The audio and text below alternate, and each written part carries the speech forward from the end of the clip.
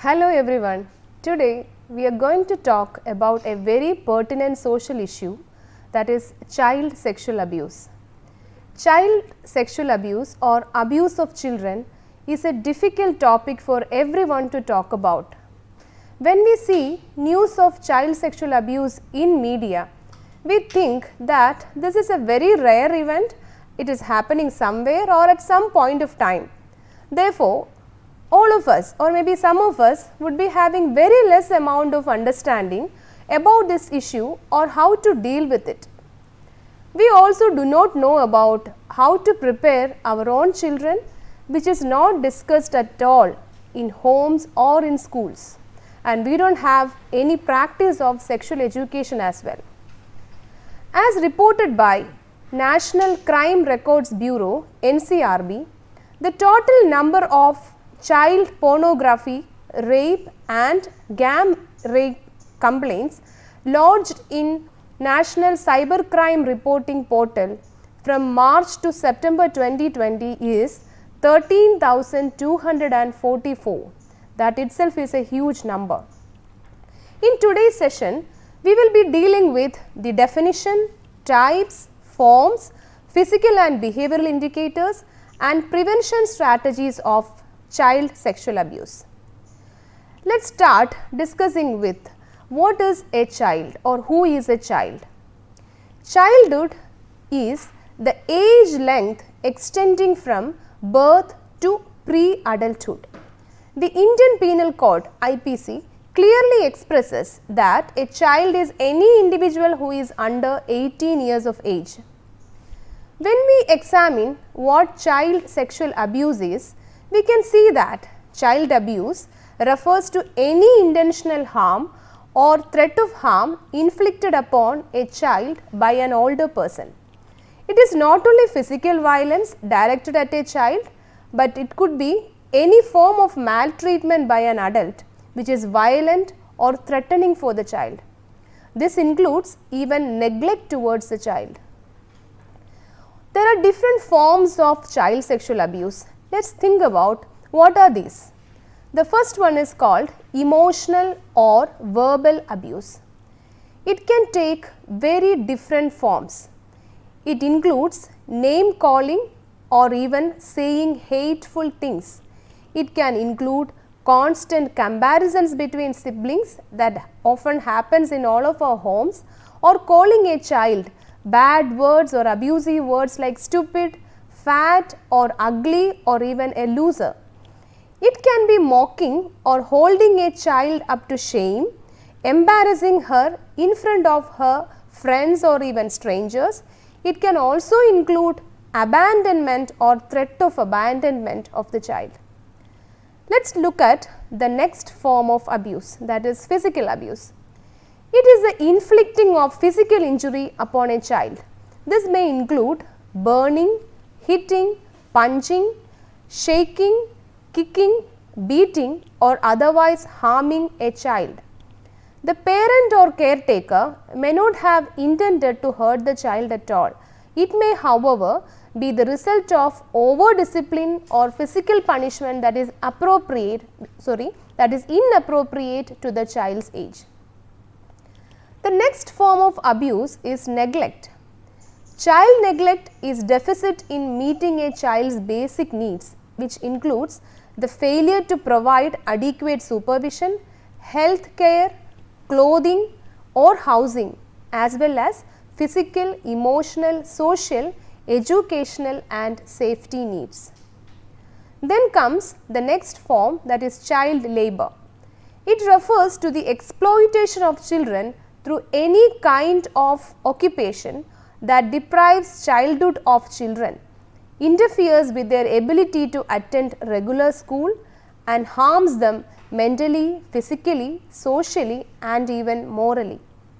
Finally, the last form of child abuse is child sexual abuse, which is defined, as is already mentioned, it is defined as an adult engaging in sexual contact of any kind with a child. Includes inappropriate touching, oral or genital stimulation or even coitus. In this module, we are going to talk about child sexual abuse in detail. Let us look at these statistics which shows that the child sexual abuse is very rampant in our country. The crime against children reported by Kerala police, it shows that from 2009 to 2019, that is up to 2020 September, there is a very obvious increase of child abuse or maybe different forms of crime against children in on a regular basis. And if you look at the next graph, which is actually been reported cases under POCSO. POCSO means Protection of Children from Sexual Offences, which shows again that there is a obvious increase of child sexual abuses in different states in Kerala. It starts from Trivandrum and it goes up to Kasaragod, and one can very clearly observe how the graph goes ups and down, and obviously it goes it is on the increase.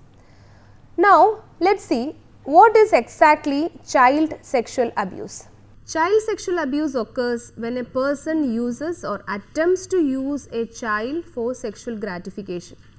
This includes fondling or rubbing the child's genitals, penetration, incest, rape, sodomy, indecent exposure, and using the child for sex work or the production of pornographic materials. Now let us look at the definition of child sexual abuse in detail.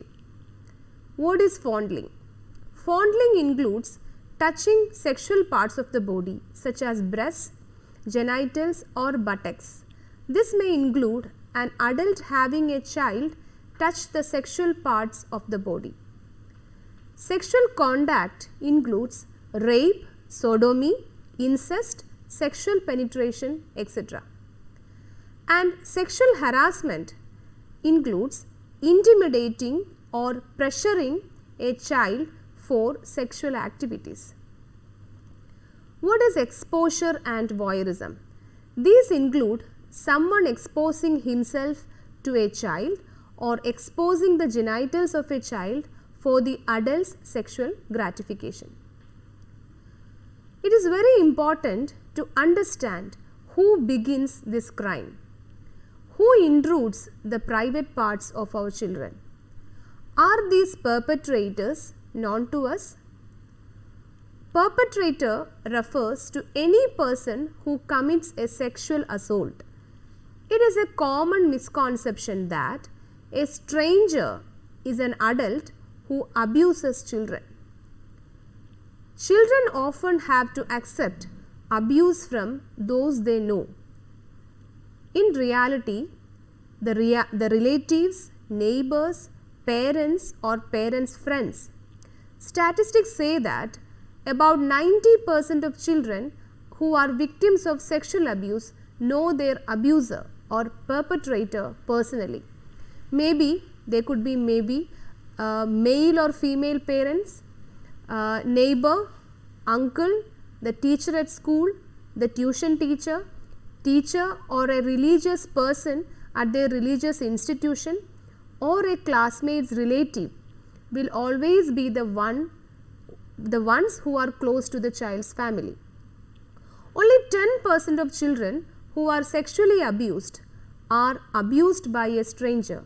About 60% of the children sexually abused are by the people who are trusted by the family of the child.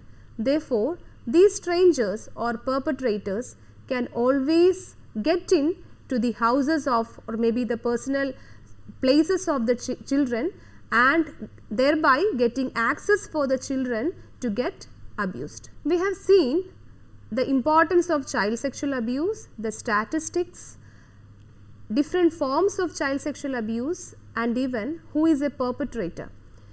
Now let us look at the types of sexual abuse, the physical and behavioral indicators of sexual abuse, and how to prevent these sexual abuses so that the consequences can also be lesser. These aspects will be dealt by Mr. Samuel George. Now let us discuss about the different types of child sexual abuse in detail. Child sexual abuse is usually categorized based on relationship between the victim and the perpetrator. Based on this, there are two types of child sexual abuse. One is intrafamilial abuse and the second one is extrafamilial abuse. The term intrafamilial sexual abuse is used when the perpetrator is a member of the immediate or extended family. In other words, intrafamilial or incest is sexually abused by a blood relative who is assumed part of the child's nuclear family. The second one is extrafamilial abuse. The term extrafamilial abuse is used when the perpetrator is not a member of victim's immediate or extended family.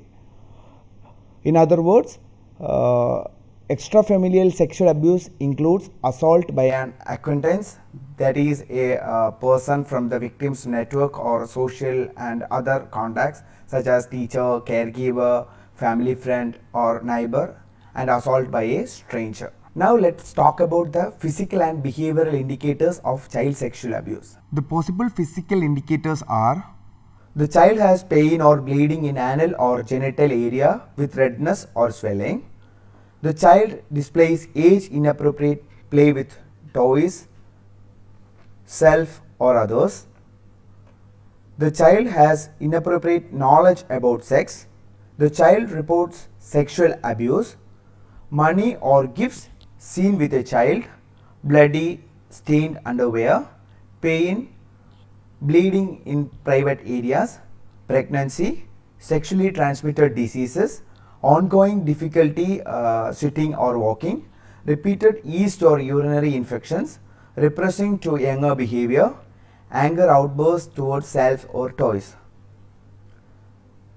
And the behavioral indicators are changes in appetite, sleep patterns, changes in academic performance, adult sexual knowledge, sexually inappropriate behaviors, a return to infant-like behaviors, odd or unusual bathroom behaviors, intense sadness, anger, aggression, suicidal behavior, etc. Now let us learn how sexual abuse, child sexual abuse progresses. Before that, we need to understand the child sexual abuse does not happen overnight. It's a well-planned crime. The person who sexually abuses the child first gains the trust of the child and then gains the trust of child's parents and then abuses the child by creating circumstances for them. The first phase is the engagement phase. In this phase, the perpetrator makes a conscious decision to engage the child in a relationship of trust by using various strategies. Once the child's trust has been gained, the perpetrator subtly drives a wedge between the child and parents and tests the child to see if he or she will keep non-sexual secrets. Engagement phase may last for months before any sexual contact is initiated. It is not uncommon for an offender to also groom the parents of the child he or she wishes to molest in order to gain their trust. The second phase is the sexual interaction phase. Throughout this phase, the perpetrator and the child engage in sexual activities that generally progress from kisses to sexual intercourse. Many types of molestation leave very little or no physical evidence. The third phase is the secrecy phase. Throughout this phase, the perpetrator wants to maintain sexual contact with the child and he does not want to be caught. Threats of various kinds joins hands with secrecy in this phase, which may last days, months, years, or even an infinite period of time. The fourth phase is the disclosure phase. This phase marks the time when the sexual relationship between perpetrator and the child is revealed, either by accident or on purpose, and how adults respond is critical. And the fifth phase is the suppression phase. If parents or caregivers are not able to cope with the child's disclosure, unhealthy denial sets and it takes various forms, including ignoring what happened or blaming the child. When this happens, children may begin to retract or minimize the abuse, as they typically believe it is their fault. Now, let us think about why children do not talk openly about their sexual abuse. The possible causes are perceived threats from perpetrator, then fear of being removed from home, fear of being blamed, feeling ashamed due to certain and related incidents of physical punishment, fear of not being believed, lack of language skills to express what they are experiencing, confusion, media hype, fear of getting the perpetrator into trouble, and finally they don't understand that they are victims. Now, let us discuss the consequences of child sexual abuse in detail. The physical consequences include gastrointestinal disorders, gynecological disorders, and somatization. And the psychological consequences include low self-esteem, post-traumatic stress disorder, eating disorders, social isolation, relationship problems, parenting problems, self-destructive behavior, sexual difficulties, flashbacks and or panic attacks, etc. And the social consequences include interpersonal difficulties, academic difficulties, aggression, suicidality, difficulty in establishing interpersonal relationship. Now, let us discuss in detail about how child sexual abuse can be prevented. It's better to prevent child sexual abuse before it happens than to describe how it happened after it has happened. How child sexual abuse can be prevented? For that, it is important to give children sex education in the right way at the right time, by creating awareness about child sexual abuse among children. When children are told in their own language things are as they should be, they only feel more secure. Name all body parts correctly. Even if abuse happens, it is not up to the vocabulary babies to communicate it. They need to understand that some parts are private parts and no one has the right to touch them. When it comes to conversations about private parts, stop teasing them and saying something like a big shame. It should be clear to young children that they have full rights over their bodies and that no one should enter the space without consent. That is something they must constantly practice in life.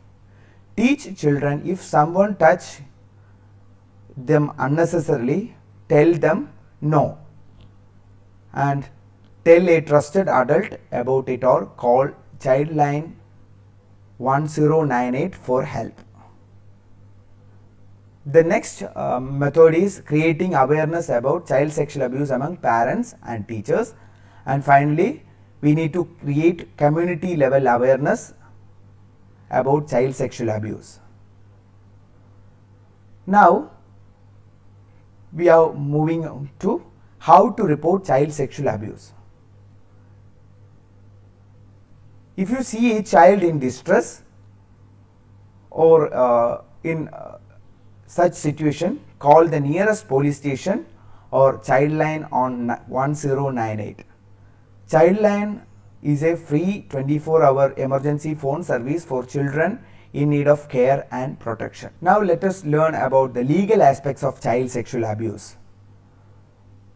The POCSO is Protection of Children from Sexual Offences Act, is a comprehensive act and is a progressive step taken by Parliament of India to deal with child sexual abuse in India. Section 2D of the act defines child is any person below the age of 18 years. The act provides protection to all children under the age of 18 years from offences of sexual assault, sexual harassment and pornography. The POCSO Act has listed aspects of touch as well as non-touch behavior under the ambit of sexual offences. The Act incorporates child-friendly procedures for reporting, recording of evidence, investigation and trial of offences. Hope you all got sufficient amount of clarity about what is child sexual abuse, its prevalence, types, physical and behavior indicators, consequences of child sexual abuse, and progression of child sexual abuse and its prevention. The study materials we have referred for this class would help you if you would like to know more about child sexual abuse. Let us do our part in preventing child sexual abuse which may happen around us, and keep our younger ones safe, healthy and happy. Thank you.